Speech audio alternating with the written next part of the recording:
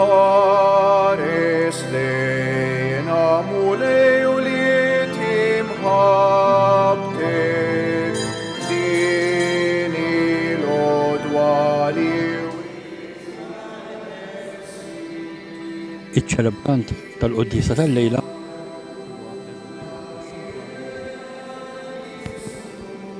huwa ir-rettur tas-Santwarju Dun Gerard Boħaġar.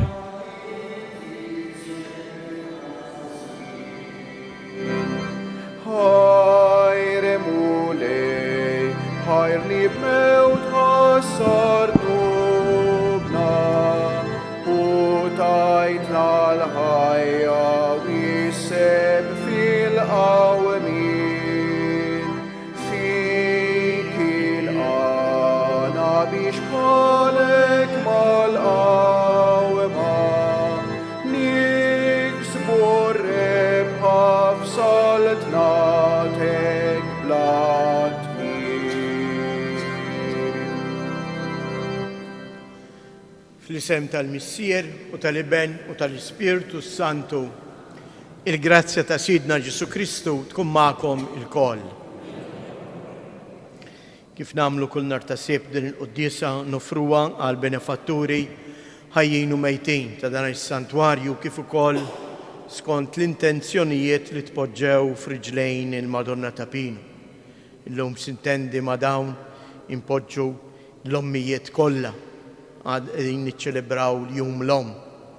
Però tifhmuni, jum l-om ma jiġix jiċċelebrat darba fis-sena, ma hija ħajjitna. Jum l-om u jum il-Missier. Fejn aħna l-koll uliet għandna narfu u nirringrazzjaw l-Alla għal-ġenituri li tagħna għaliex aħna frott l-imħabba tagħhom. U għalhekk eżies sejjew quddiem il-fraġilità tagħna narfu kemm kbira l-imħabba ta' Alla lejna u għalhekk nitolbu maħfra għal ħtijietna.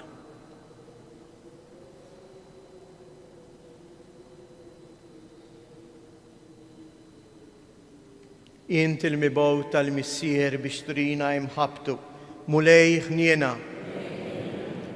Kristu Ġesu rebbieħ fuq il-mewt u id-dnub li lna tajtna il-ħajja ta' dejjem Kristu ħniena mulej Ġesu int il-ferħ il-għena u l-paċi ta' dawk li jilqgħu il-kelma tiegħek mulej ħniena. Iħenna rina Alla li jista' kollox, jaħfrilna dnubietna u jwassalna għal ħajja ta' dejjem. Nitolbu.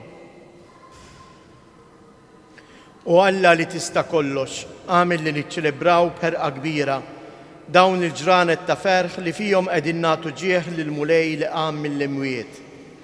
Għatina li l-istess semil tagħna ikun xhieda tal-ġrajja li qegħdin infakru bibnek Ġesu Kristu Sidna li hu Alla u li miegħek jgħix u jsaltan flimkien mal-Ispirtu Santu għal dejjem ta' dejjem.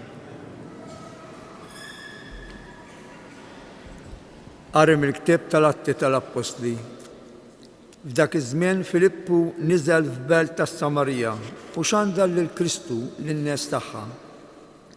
Il-folol tan-nies f'fehma waħda kienu joqogħdu attenti għal dak li kien jgħidilhom Filippu meta kienu jisimgħuh u jaraw il-mirakli li kien jagħmel. Kien hemm nies maħkuma mill-ispirti ħżiena u dawn bajat kbir kienu joħorġu minn ħafna minnhom u ħafna nies oħrajn mifluġa jew tsopob kienu jitfejqu u kien hemm ferħ kbir f'dik il-belt. L-Apostli li kienu Ġerusalemm semgħu li s-Samarija laqet il-kelma ta' Alla u bagħtu hemm lil Pietru u lil Ġwanni. Dawn niżlu hemm u talbu biex dawk li jemmnu jirċievu l-Ispirtu Santu għax l-Ispirtu Santu kien għadu ma niżel fuq ħadd minnhom, imma kienu tagħmdu biss f'isem il-mulej Ġesu. Imbagħad l-Apostli qiegħdu jdejhom fuqhom u huma rċivew l-Ispirtu Santu. Il-kelma tal-mulej. Salm responsorjali nwieġbu flimkien għajtu bil-ferħ lill-Alla bnedmin tad-dinja kollha. għajtu bil-ferħ lill-Alla b'nedmin tad-dinja kollha. Għajtu bil-ferħ lill-Alla b'nedmin tad-dinja kollha. Għannu s-sebħ ta' ismu xandru s-sebħ u t-tifħir tiegħu. Ejdu lill-Alla kemm int tal-biża' fehmilek. Ngħidu għajtu bil-ferħ lill-Alla b'nedmin tad-dinja kollha. L-art kollha tagħtik qima tgħannilek u tgħanni lill-ismek. Ejjew waraw l-emejjel ta' Alla tal-biża' fehmilu fost il-bnedmin. Ngħidu għajtu bil-ferħ lill-Alla b'nedmin tad-dinja kollha. Biddel il-baħar fart nixfa, għaddew bil-mixi minn nofs ix-xmara, għalhekk nifirħu bih u jsaltam bil-kobor tiegħu għal dejjem. Ngħidu għajtu bil-ferħ lill-Alla b'nedmin tad-dinja kollha. Ejjew, isimgħu u ngħidilkom intom il-koll li tibżgħu minn Alla, ngħidilkom x'għamel miegħi. Imbierek Alla li ma warrabx it-talba tiegħi, ma warrabx minn fuqi it-tieba tiegħu. Ngħidu għajtu bil-ferħ lill-Alla b'nedmin tad-dinja kollha.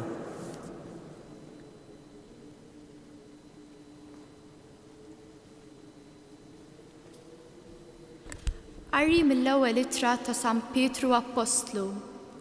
Eżjes lil mulej Kristu qazzu f'qalbkom.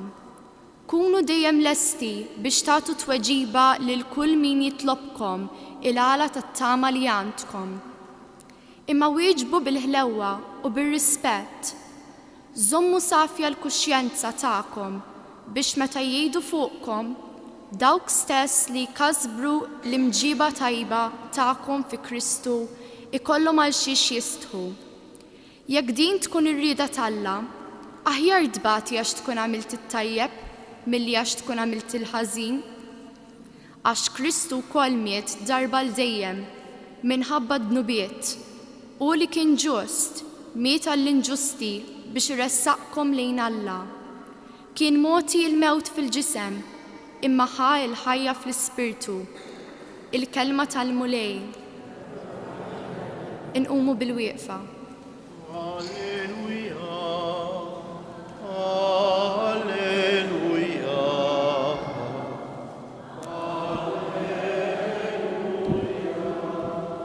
Jekk xi ħadd iħobbni, iħares kelmti jgħid il-mulej u missieri jħobbu u aħna niġu u nagħmlu għandu.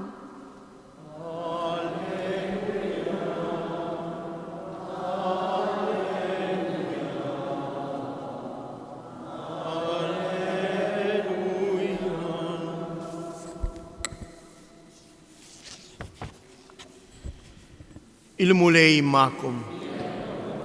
Qari mill-Evanġelju skont San Ġwan. F'dak iż-żmien Ġesu qal lid-dixxiepli tiegħu: Jekk tħobbuni, ħarsu l-kmandamenti tiegħi. U jiena nitlob lill-Missier u hu jagħtikom difensur ieħor biex jibqa' magħkom għal dejjem. L-Ispirtu tal-verità li d-dinja ma tistax tirċevih għax hija la tarah u lanqas tarfu.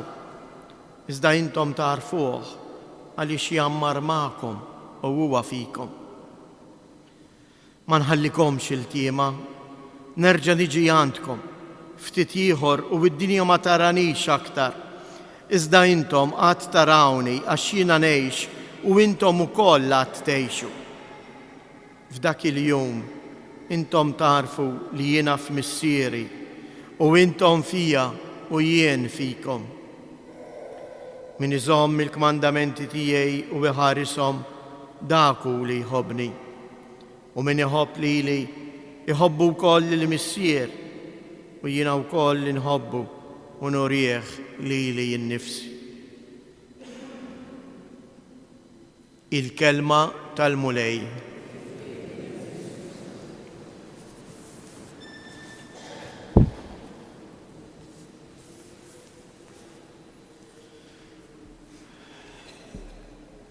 Jekk tħobbuni, ħarsu il-kmandamenti tiegħi.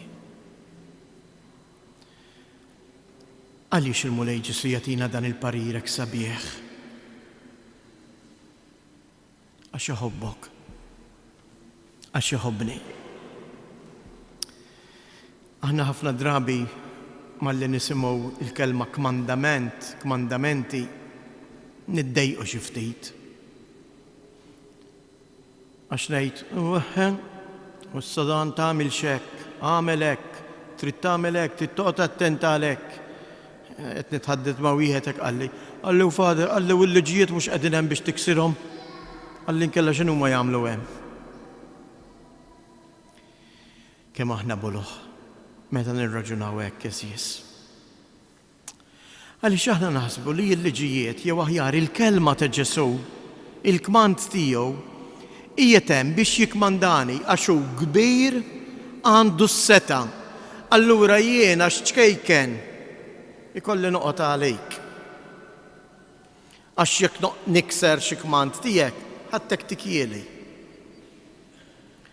Nerġa' ngħid mill-ġdid kemm aħna boloħ jekk nirraġunaw hekk. Nagħtikom eżempju. U tifhmuni żgur għax il-koll għaddejna minnu. Illum qegħdin niċċelebraw fid-dinja jum l-om. Kemm il-darba ommok, aħna l-kbar, intom ġenituri, kemm il-kmandament għamlitlek ommok, kemm il-kmandament qalt li ommi, kemm il-parir tatni, kemm il-darba qalt li attent tagħmel hekk. U jien ħafna drabi daqqa ngħidu iwa u daqqa nobdi għax forsi nibżel ħadtek tikili jew ħatikżal il-missieri. Imbagħad nikbru, ommok tmut u meta tikber lil uliedek tibda tgħidilhom għax ommi hekk kienet tgħidli.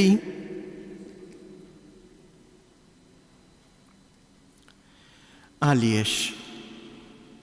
Għax il-kelma tal-om,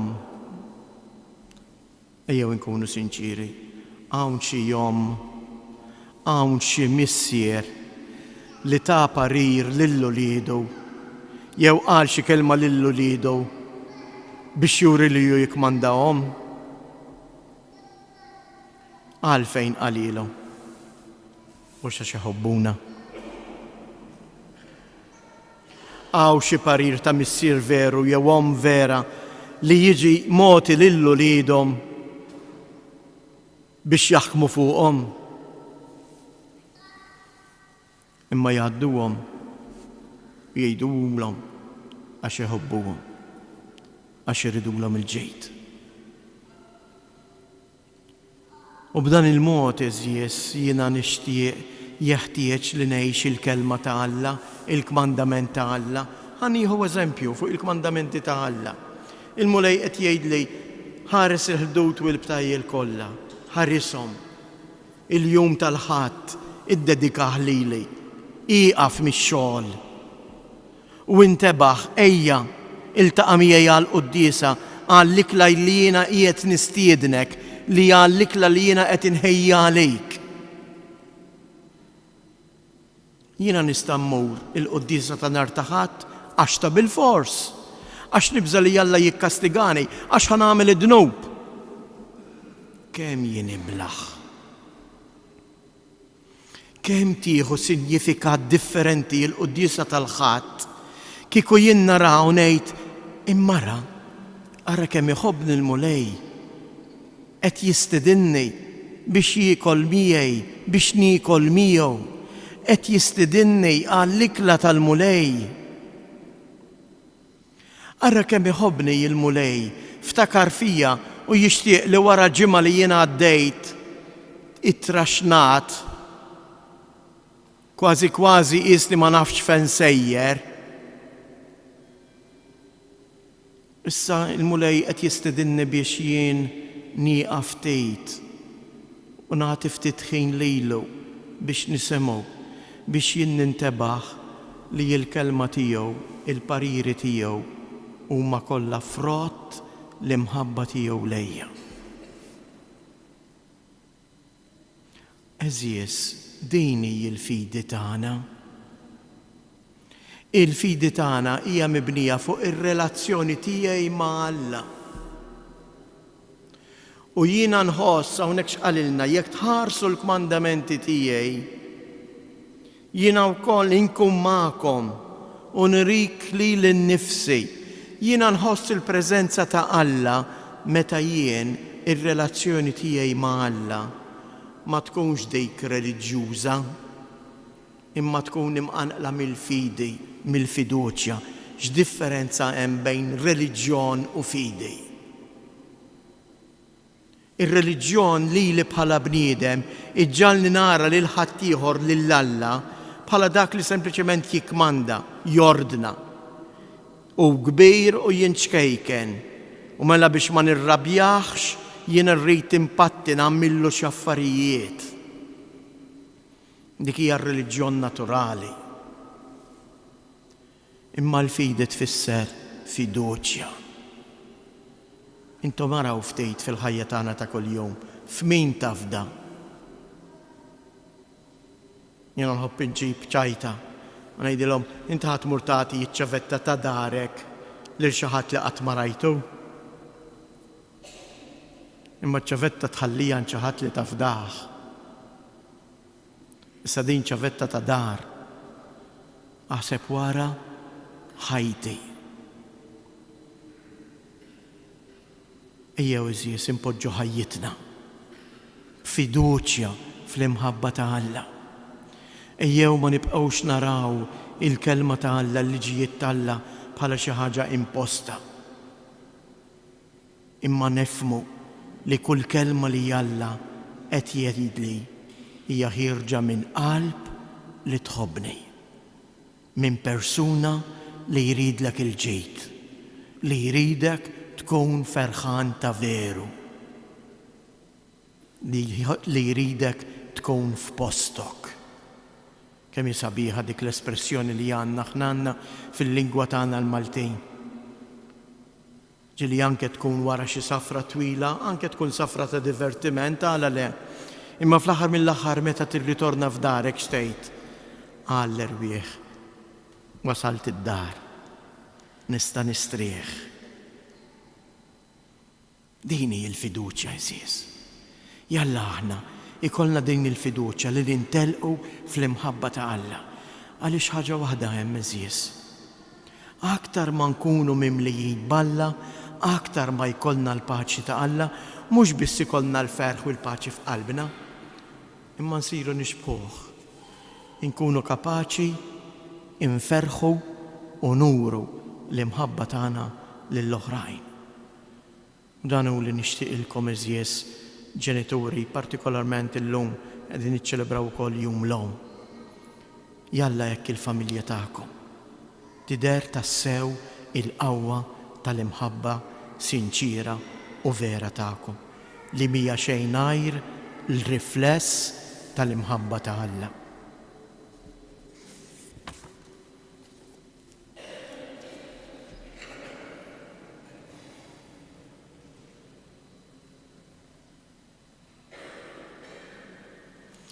Iju għalik ħutin umu bil-wifqa u impoġġu il-fiduċja tagħna f'Alla. Aħna nimxu fuq il-kelma tiegħu għax nafu li l-kelma tiegħu hija frott l-imħabba tiegħu lejna. U għalhekk ngħidu. Jiena nemmen f'Alla wieħed il-missier li jista' kollox, li ħalaq is-sema u l-art, dak kollu li jidher u dak li ma jidirx. U f'mulej wieħed Ġesu Kristu iben waħdini ta' Alla, imnissel mill-missier qabel kull żmien. Alla minn Alla, dawl minn dawl, Alla veru minn Alla veru. Imnissel mhux magħmul, natura waħda mal-missier u bih sar kollox.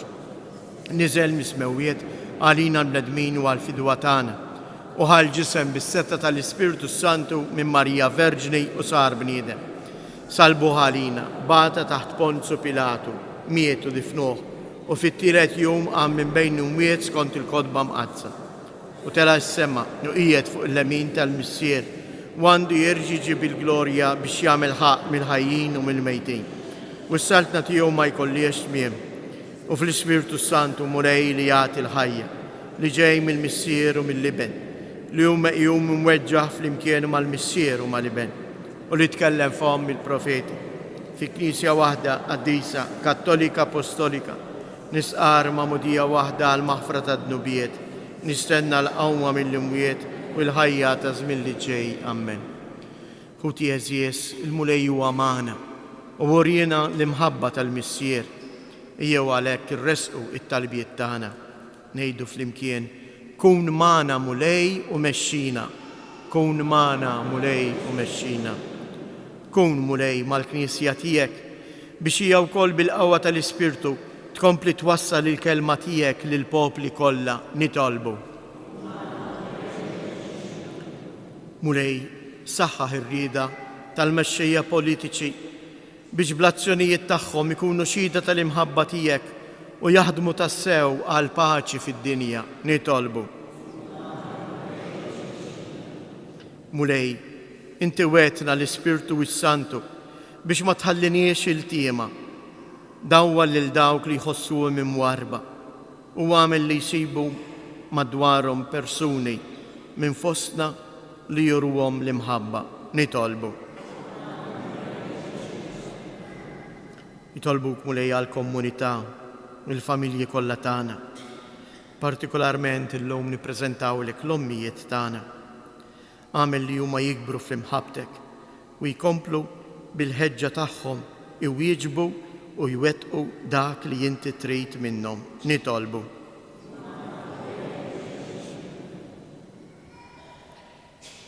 U Alla li tista' kollox, mexxi l-emil tagħna skont ir-rieda tiegħek biex f'isem ibnek inwettqu emejjel tajba bi Kristu Siedna.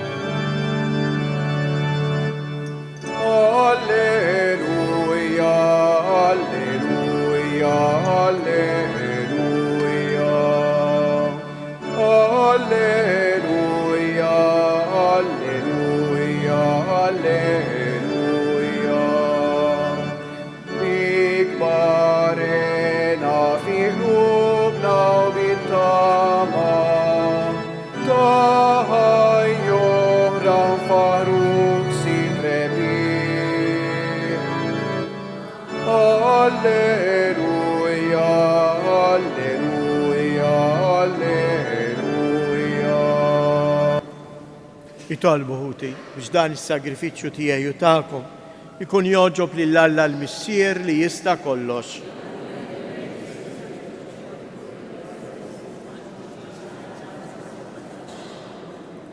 Jitla' quddiemek mulej it-talb tagħna flimkien mal-offerta li qegħdin nagħmlulek biex issa li joġbok tnaddafna minn ħtijietna nitħejjew b'ħajja tajba għas-sagramenti tal-ħniena tiegħek bi Kristu Siedna. Il-mulej ma'kom, nerfgħu qlubna il fuq, niżdu ħajr lill-mulej Alla tagħna. Sewwa u xieraq tas-sew mulej, tajjeb u taġid tas-salvazzjoni tagħna li dejjem nisqarru bil-glorja tiegħek, iżab ferħ akbar jinxandruha f'dan iż-żmien li fih ġie sagrifikat Kristu, il-ħaruf tal-għid tagħna. U bl-offerta tal-ġisem tiegħu fis-sagrifiċċju veru tas-salib temm is-sagrifiċċji kollha ta' qabel u waqt li jintelaq f'idejk għas-salvazzjoni tagħna sar għalina l-qassejs l-artal u l-ħaruf. Għalhekk f'dan il-ferħ tal-għid imxerret ma' kull imkien fid-dinja il-bnedmin kollha jimtlew bilena u mal-qawwiet tas-sema u s-stat tal-anġli jinsġu l-innu tal-glorja tiegħek u bla qiegħda itennulek. Għaddejs, għaddejs, għaddejs. Mulej Alla tal-eżerċiti, smewitu l-art mimlija bil-glorja tiegħek. Osanna fl-ora ta' smewiet, imbirek minn ġej f'isem il-mulej, osanna fil-ori ta' smewiet.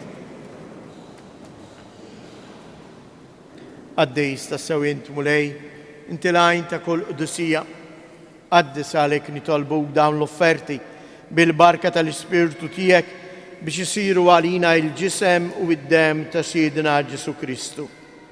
li meta kien se jingħata biex mir-rajħ ibati bħal ħobs radd il-ħajr qasam tal id-dixxipli tiegħu u qal: ħudu u kulu il-koll minn dan, għax dan huwa ġismi li jingħata għalikom.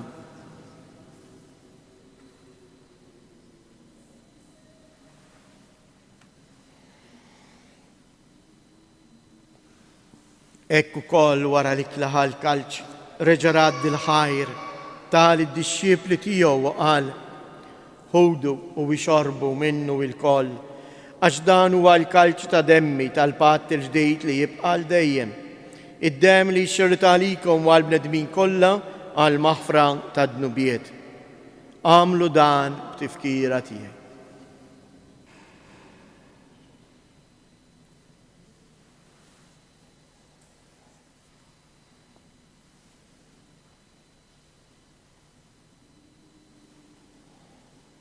Danu il-misteru tal-fidi, inħabru l-mew tijek mulej, inxandru bil-ferħ il-qawmien tijek, nistennew sama tiġi fil-glorja. Għalek aħna u namlu dan, b'tifkira tal-mewt u l-qawmien ta' Sidna Ġesu Kristu, nofru lek mulej il-ħobs għal-ħajja u l-kalċi tas-salvazzjoni u inroddu lek ħajr għalli xoġbok til-qana un qudiemek biex naqduk.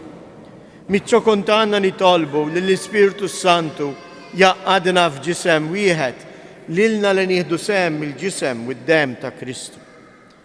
Ftakar mulej fil-Knisja tiegħek imxerda mad-dinja kollha u wettaqa fl-imħabba fl-imkien mal-Papa Franġisku, mal-Isqof tagħna Anton, l-isqfijiet u l-ministri tiegħek kollha. Ftakar ukoll fħutna li raqdu bit-tama tal-qawmien. Ftakar fil-mejtin kollha, daħħalhom quddiemek fid-dawl tas-sebħ tiegħek. Ħenna lina l-koll nitolbuk, għati lilna wkoll il-wirt tal-ħajja ta' dejjem, flimkien mal-Verġni Mqazza u Alla Marija, ma' San Ġusepp, l-Apostli u l-Qaddisin kollha li jgħixu fil-ħbiberija tiegħek sa mill-bidu tad-dinja. Għamel li magħhom infaħruk u insebħuk b'Ġesu Kristu ibnek. Bi Kristu, ma' Kristu u fi Kristu, jingħata lilek għalla missier li tista' kollox, flimkien mal-Ispiritu Santu, kull ġieħu glorja għal dejjem ta' dejjem. Sejr nitolbu lill-missieru ngħidulu tiġi saltnatek. Saltnatu il-preżenza tiegħu tiġi iva fina kull meta aħna wettqu il-kelma tiegħu. U għalhekk ngħidu missierna li inti fis-smawiet jitqaddis ismek, tiġi saltnatek, ikun li trid int kif is-sema hekk da fl-art. Ħobżna ta' kuljum atina llum, aħfrilna dnubietna bħalma naħfru l-minu ħati għalina u la ddaħħalniex fit-tiġrib iżda eħlisna mid-deni. Eħlisna nitolbuk mulej minn kull deni. Atina fit-tieba u l-ħnina tiegħek il-paċi fi żmienna biex inkunu ħielsa dejjem mid-dnub, imħarsa minn kull inkwiet, aħna u nistennew nittamaw ilena u l-miġja tas-Salvatur tagħna Ġesu Kristu. Mulej Ġesu Kristu, li jgħid lill-Apostli tiegħek inħallilkom isliem, nagħtikom isliem tiegħi la tħariex lejn dnubietna. Iżda ħares lejn il-fidi tal-Knisja tiegħek. Għatija isliem u laqda li jien trid fija, int li tgħix wis-saltan għal dejjem ta' dejjem. Il-paċi tal-mulej tkun dejjem magħkom. Għatu l-paċi lil xulxin.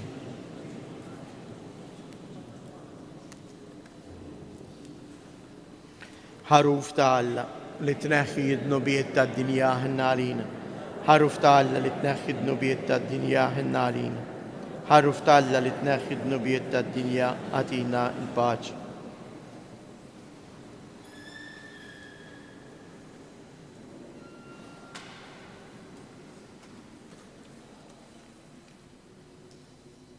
Danu il-ħaruf ta' Alla, danu li jneħħi d-nubiet tad-dinja, ħen jindawk li hum mistiedna l-ikla tal-ħaruf.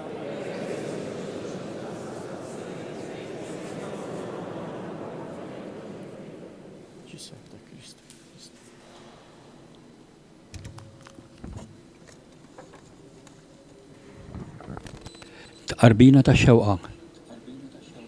Ġesu, jiena nemmen li inti tinsab ta' bilħaq fis-sagrament tal-Ewkaristija. Irrid inħobbok fuq kollox u fuq kulħadd. Inti taf li nixtieq nirċevik ġewwa fija.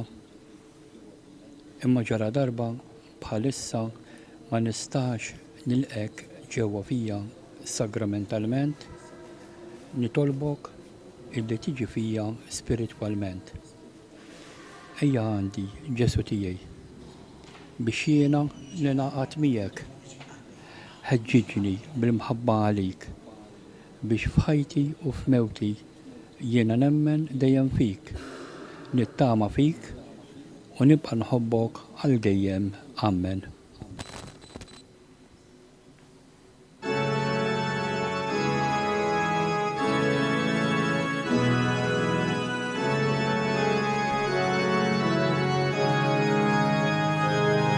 Tkun imbirek mulej għal dejjem u imbirek li sem qaddis tiegħek. Alleluja, alleluja. Int li ħlaqti sema u l-ard, Alla kbir mulejn tal-għaloni, Sultan qawwi, tkun imbirek mulej, tkun imbirek mulej għal dejjem u imbirek li sem qaddis tiegħek. Alleluja,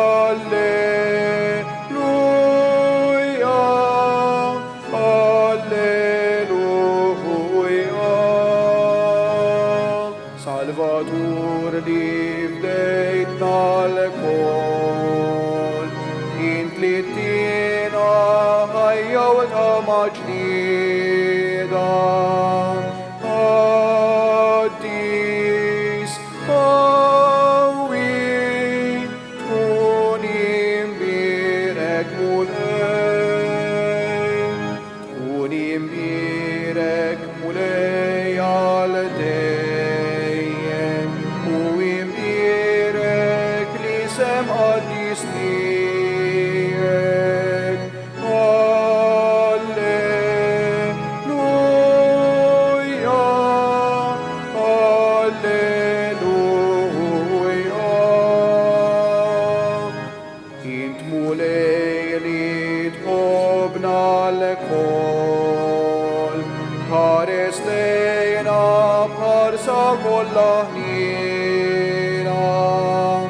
Kollok tjieba, tkun imbirek mulej, tkun imbirek mulej għal dejjem u imbirek li sem qaddis tiegħek. Alleluja,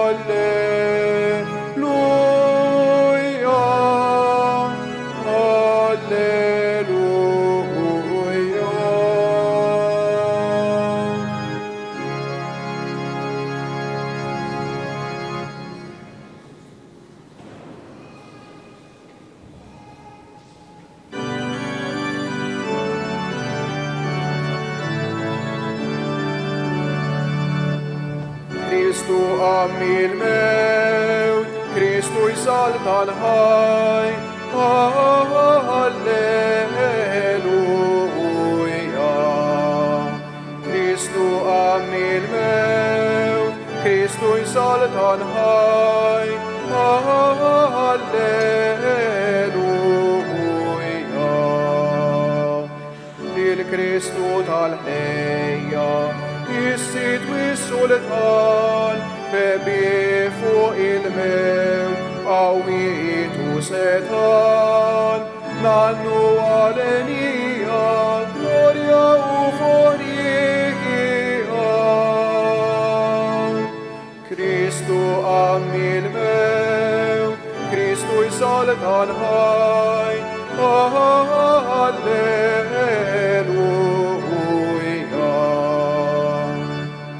All'angelo Iases, il abar miftum, liuri l'Nisa, il post vedu, nanno alenia, gloria uforia.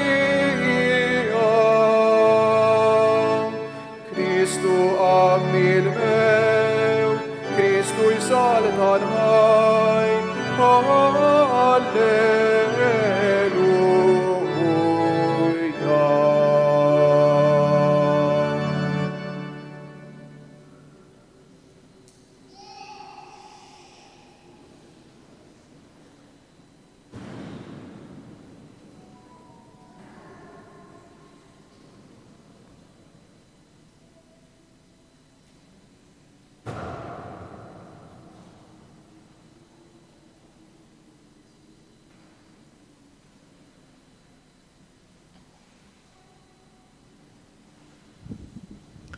Nitolbu.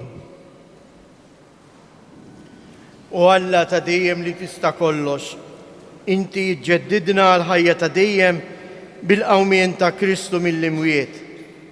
Kattar fina il-frott tal-misteru tal-għejt u wimla l-ruħna blikel li salvana bi Kristu siedna. Namlkom xi avviżi, fakkarkom il-ġdejt biex inkomplu il-mixja tagħna fl-Erbat. Kif tafu il-programm tal-Erbat, santwarju jiftaħ fl-4:30 ta' filgħodu u jalaq fil-10 ta' bil-lejl. Kun hemm kemm il-quddies kif ukoll bejn il-11 ta' filgħodu u il-5 ta' filgħaxija ikun hawn l-adorazzjoni. Imbagħad qegħdin nagħmlulkom appell biex minu f'saħħtu imur jagħti id-demm nhar it-tlieta bejn is-sija u l-5 ta' wara nofsinhar fil-berġa tax-Xewkija. Kif tafu seħħew f'dawn il-jiem diversi inċidenti u għalhekk l-isptarijiet tagħna hemm bżonn kbir għad-demm. Minu f'saħħtu jagħmel kuraġġ u jmur jagħti id-demm. Aħar avviż fl-anniversarju f'tifkira tal-103 snin mit-twelid tal-Qaddis Papa San Giovanni Pawlu II, il-ġimgħa d-dieħla fi gżiritna sejjer ikun hawn ir-relikwija ta' Sor Faustina. U għalhekk nhar il-ħamis 18 ta' Mejju din ir-relikwija se tkun esposta għat-talb u l-qima tagħna f'dan is-santwarju mis-7:30 ta' filgħodu sas-7 ta' filgħaxija. Ejjew ngħidu 3 Ava Marijiet u npoġġu taħt il-ħarsa materna l-ommijiet kollha tagħna, dawk ħajjin u dawk mejtin. Sliem għalik Marija, bil-grazzja mimlija il-mulej miegħek. Imbierka inti fost in-nisa, imbierek il-frott tal-ġuf tiegħek Ġesu. Qaddisa Marija Umm Alla, itlob għalina mid-inbin, issa fis-sija tal-mewt tagħna. Amen. Sliem għalik Marija, bil-grazzja mimlija il-mulej miegħek. Imbierka inti fost in-nisa, imbierek il-frott tal-ġuf tiegħek Ġesu.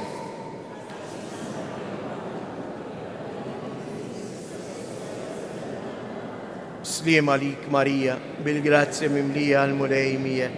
Imbierka inti fost in-nisa, imbierek il-frott tal-ġuf tiegħek Ġesu. Qaddisa Marija Umm Alla, itlob għalina mid-inbin, issa fis-sija tal-mewt tagħna. Amen. Madonna ta' Pinu, Sultana tal-familja, ħarstek fuqna dejjem żomm. Il-mulej magħkom. Iberikkom Alla li jista' kollox, il-Missier, l-Iben u l-Ispirtu Santu. Morru u għejxu fil-paċi ta' Kristu.